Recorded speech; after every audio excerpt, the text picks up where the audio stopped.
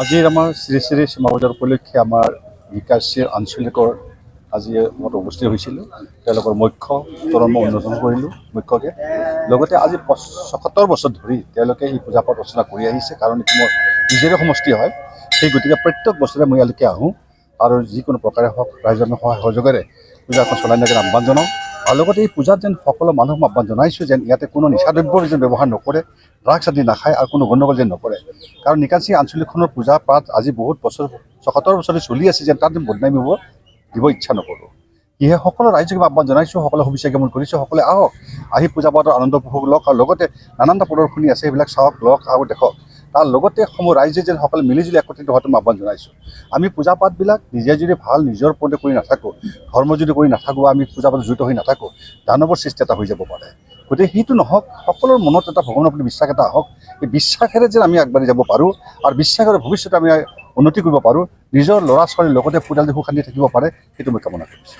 অহা বছৰ 75 ইয়াৰ্ছ হ'ব। গতিকে আমি ৰাইজক আহ্বান জনাম যে সেই সময়ত সকলো ৰাইজে ওচৰে পাজৰে থকা যিমানখিনি আঞ্চলিক লগত জড়িত আছে সকলোৱে আহক, একত্ৰিত হওক, একত্ৰিত হৈ ধুনীয়াকৈ আলোচনাৰ ভিত্তিত কি কৰিব পৰা যায়, কি কৰিব নোৱাৰে সেইবিলাক আগবাঢ়ক। আৰু তেনেকৈ আমি থাকিম, ভৱিষ্যতে আমি আগবাঢ়িম আৰু লগতে আমি সকলো সমাজৰ লগত জড়িত হৈ থকাটো আমি কামনা কৰিছোঁ।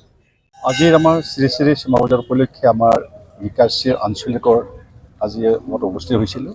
তেওঁলোকৰ মুখ্য তৰম উন্মোচন কৰিলোঁ মুখ্যকে। লগতে আজি ৭৭ বছৰ ধৰি তেওঁলোকে এই পূজা পাঠ ৰচনা কৰি আহিছে, কাৰণ এইটো মোৰ নিজৰে সমষ্টি হয়। সেই গতিকে প্ৰত্যেক বছৰে মই ইয়ালৈকে আহোঁ আৰু যিকোনো প্ৰকাৰে হওক ৰাইজৰ সহায় সহযোগেৰে পূজাখন চলাই নিয়াৰ আহ্বান জনাওঁ। আৰু লগতে এই পূজাত যেন সকলো মানুহক আহ্বান জনাইছোঁ যেন ইয়াতে কোনো নিচাদ্ৰব্য যেন ব্যৱহাৰ নকৰে, ড্ৰাগছ আদি নাখায় আৰু কোনো গণ্ডগোল যেন নকৰে। কাৰণ নিকাঞ্চি আঞ্চলিকখনৰ পূজা পাঠ আজি বহুত বছৰ ৭৭ বছৰে চলি আছে, যেন তাত বদনামী হ'ব দিব ইচ্ছা নকৰোঁ। সেয়েহে সকলো ৰাইজক আহ্বান জনাইছোঁ, সকলো শুভেচ্ছা জ্ঞাপন কৰিছোঁ। সকলোৱে আহক, আহি পূজা পাঠৰ আনন্দ উপভোগ লওক আৰু লগতে নানানটা প্ৰদৰ্শনী আছে সেইবিলাক চাওক, লওক আৰু দেখক। তাৰ লগতে সমূহ ৰাইজে যেন সকলোৱে মিলিজুলি একত্ৰিত হোৱাটো মই আহ্বান জনাইছোঁ। আমি পূজা পাঠবিলাক নিজে যদি ভাল নিজৰ ওপৰতে কৰি নাথাকোঁ, ধৰ্ম যদি কৰি নাথাকোঁ বা আমি পূজা পাঠ জড়িত হৈ নাথাকোঁ, দানৱৰ সৃষ্টি এটা হৈ যাব পাৰে। গতিকে সেইটো নহওক, সকলোৰে মনত এটা ভগৱানৰ প্ৰতি বিশ্বাস এটা আহক। এই বিশ্বাসেৰে যেন আমি আগবাঢ়ি যাব পাৰোঁ আৰু বিশ্বাসেৰে ভৱিষ্যতে আমি উন্নতি কৰিব পাৰোঁ, নিজৰ ল'ৰা ছোৱালীৰ লগতে পৰিয়ালটো সুখ শান্তি থাকিব পাৰে, সেইটো মই কামনা কৰিছোঁ।